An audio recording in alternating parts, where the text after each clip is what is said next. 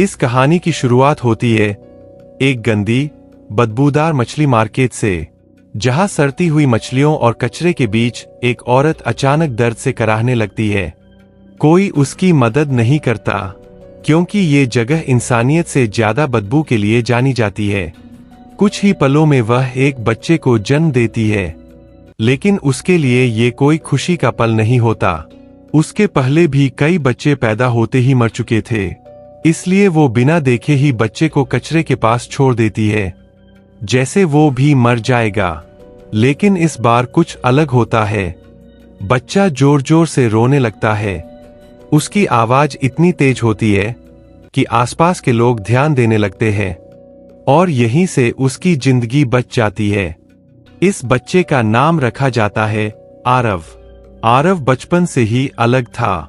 वो ना ठीक से बोल पाता था, ना लोगों से घुलता मिलता था, लेकिन उसके अंदर एक ऐसी ताकत थी जो किसी के पास नहीं थी।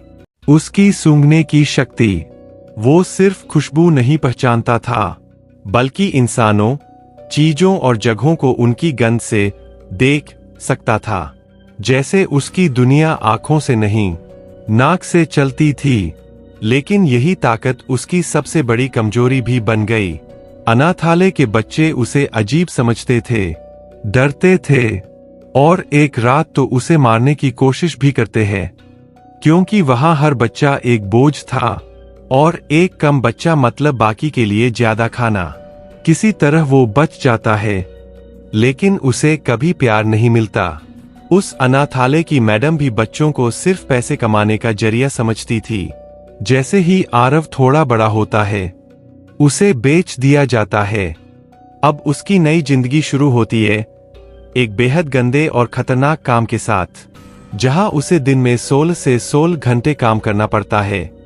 वहां लोग ज्यादा दिन जिंदा नहीं रहते, लेकिन आरव बच जाता है, क्योंकि वो अलग है।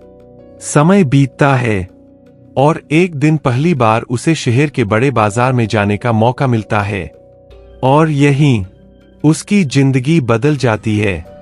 वो पहली बार इतनी सारी खुशबुओं को एक साथ महसूस करता है। रोटी, चीज, तेल, इत्र, लोगों की गंध। उसके लिए ये किसी जादुई दुनिया से कम नहीं था। उसी दौरान उसकी नाक को एक बहुत खास खुशबू महसूस होती है, इतनी प्यारी, इतनी अलग, कि वो खुद को रोक नहीं पाता। वो उस खुशबू के पीछे पीछे चलता है, और एक गली में पहुंचता है। वहां एक लड़की फल बेच रही होती है। लाल बाल, मासूम चेहरा, और उसके शरीर से आ रही एक अद्भुत खुशबू। आरव उस खुशबू में खो जाता है, लेकिन उसका ये जुनून खतरनाक मोड़ ले लेता है। वो लड़की के करीब जाता है, उसे छूने की कोशिश करता है। लड़की डर जाती है, भागने लगती है, और तभी उसकी मौत हो जाती है।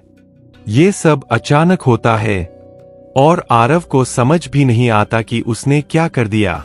लेकिन उसे पछतावा नहीं होता, बल्कि उसे दुख इस बात का होता है कि उस लड़की की खुशबू धीरे धीरे खत्म हो रही है। वो उसे पकड़कर रखने की कोशिश करता है, लेकिन खुशबू गायब हो जाती है, और यहीं से उसके दिमाग में एक खतरनाक ख्याल आता है। क्या इंसानी खुशबू को हमेशा के लिए कैद किया जा सकता है? इसके बाद उसका पूरा जीवन इसी सवाल के पीछे लग जाता है। कुछ समय बाद उसकी मुलाकात होती है एक मशहूर इत्र बनाने वाले विक्रम मल्होत्रा से। आरव उसकी खुशबू को सूंघकर ही उसकी पूरी रेसिपी बता देता है, यहां तक कि उससे बेहतर इत्र बना देता है। विक्रम हैरान रह जाता है, और उसे अपने साथ रख लेता है। अब आरव को इत्र बनाने की कला सीखने का मौका मिलता है। वो सीखता है कि एक परफ्यूम में 3 लेयर होती है, पहली खुशबू, बीच की खुशबू, और आखिरी खुशबू, जो लंबे समय तक रहती है। लेकिन उसके दिमाग में कुछ और ही चल रहा होता है।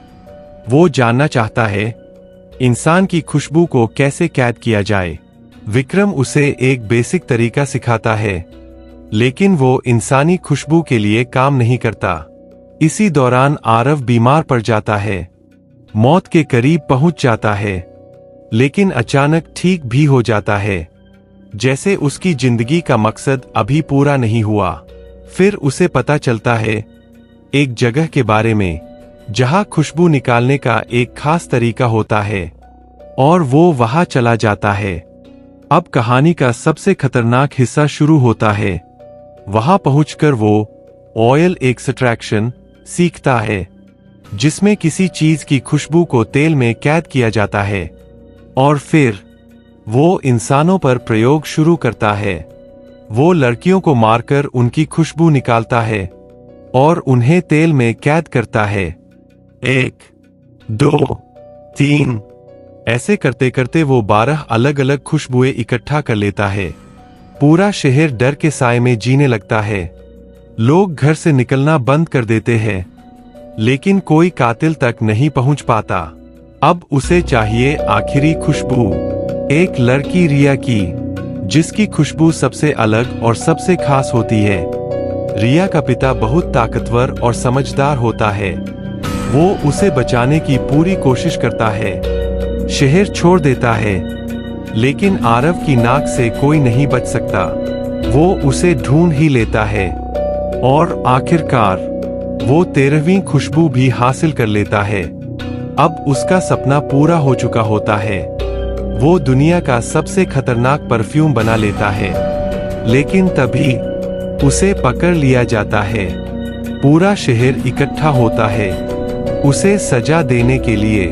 सब उसे राक्षस मानते हैं, मार देना चाहते हैं, लेकिन जैसे ही सजा शुरू होने वाली होती है, आरव अपनी बनाई हुई परफ्यूम की एक बूंद हवा में छोड़ता है और सब कुछ बदल जाता है। लोग रोने लगते हैं, हंसने लगते हैं, उसके सामने झुक जाते हैं। जो लोग उसे मारना चाहते थे, वही उसे भगवान मानने लगते हैं। उसकी खुशबू सबको अपने बस में कर लेती है। आरव जीत चुका होता है, लेकिन सवाल ये है, क्या ये जीत सच में जीत थी या इंसानियत की सबसे बड़ी हार?